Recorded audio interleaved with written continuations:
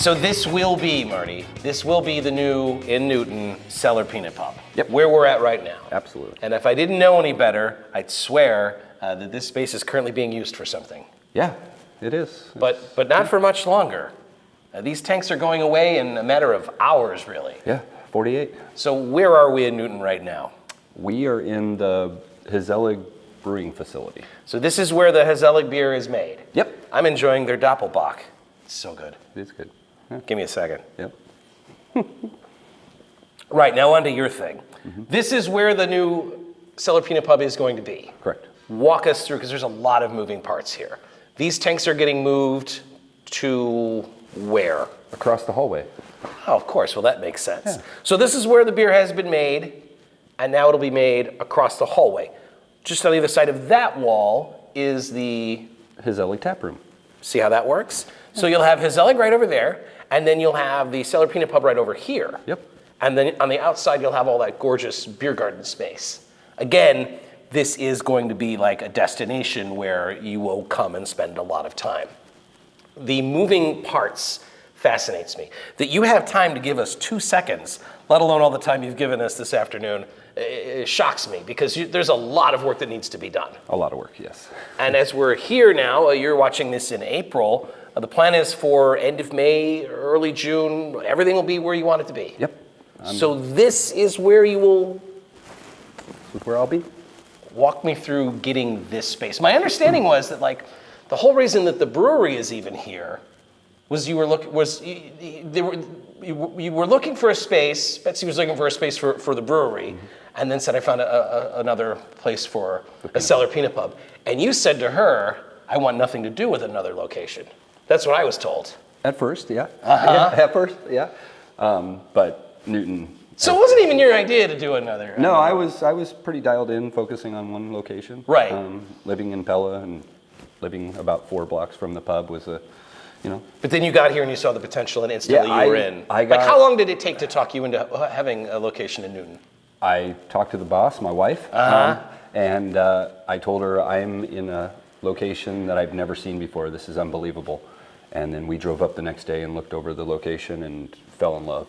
It really is like outside looking in. When you tell people, like, there's this incredible space and it used to be where Maytag was, I think it's hard for people to wrap their heads around, like, how incredible this space is.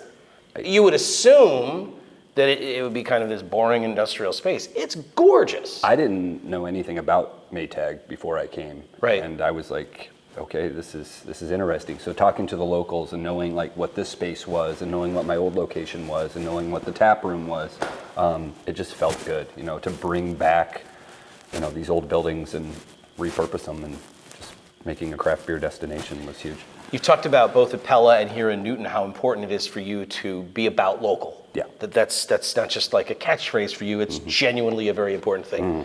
And you were telling me when the cameras weren't on that your plans for this space, when you develop it and make it into the new Cellar Peanut Pub, one of the things you're going to have is old washers and dryers that you're going to kind of incorporate into how we get the craft beer? Yeah, I feel that we need to use the old washers and dryers and make it feel like we're pouring craft beer out of those. Repurpose them. So when I order a beer, it's going to come out of a Neptune. How is that going to work? We'll make it work. That's what we do. So is it going to be like a wall of them, or? Yeah, I think 6, 7 maybe different washers and dryers that we'll use. And then the tap handles will just be off of the washers and dryers. Yeah. Isn't that incredible? Yeah. So like a washer and dryer that your parents may have used at some point, you'll be able to come in here and have an IPA come out of it. Yeah, I think bringing back the history of what this used to be and incorporating it with the Cellar Peanut Pub, I think is a cool thing, and we can talk about it. Talk about the washers and dryers. It'll make sense to do it here because of what this space was at. If you went somewhere else and they were pouring a beer out of a washer and dryer, I would recommend getting out of that place. Yeah, that seems kind of iffy. Yeah, seems a little shady. They used to test dryers in this building, so it makes sense. Yeah. Test dryers. So, like, to make sure that they spun or got hot enough, or something. What kind of? How does one test a dryer? Yeah. So you'll have a lot of what you're known for. Like, I imagine, like, I'm seeing this space and just knowing how much I love your space in Pella and what you were doing, not that far from here on the campus where the place got demolished. I'm seeing like bikes hanging from the ceiling. What else are you gonna do? Flags, signs, just very busy. I like busy. This is a smaller space, which probably works out for what you're going for because you'll feel more connected and more. I don't know. More is it easier to have a conversation when you don't feel like you're in a massive space? It'll feel cheersy. Cheersy. Yeah. Like in Boston. Yeah, why not? Here in Newton, Iowa. Yeah, it's perfect size for my team to be able to. I mean, customer service is one of my biggest. It's huge for me. So to be able to get out to tables and welcoming people and telling people thank you for coming in is really important at the Cellar Peanut Pub. So having this space will be able to get out to the people a lot easier than obviously the last place. So here's one concern I have because I love this beer so much. If they're moving the tanks, does that mean they're not going to make the beer for a while, or how does that work? Oh, they'll make the beer. Okay, soon. but so these beers are being cleaned for the move, and they're being moved just a couple of feet, really, into another space. Correct. And then we'll be able to see the brew house. Yeah, sitting at the bar, you'll be able to, you'll have that feel of brewery, beer bar. Just like Cheers. You know how Cliff and Norm used to watch delicious Doppelbocks and IPAs get made? Yeah. No, wait, that's not. I'm not thinking. What am I thinking of? I'm thinking of this show is what I'm thinking of.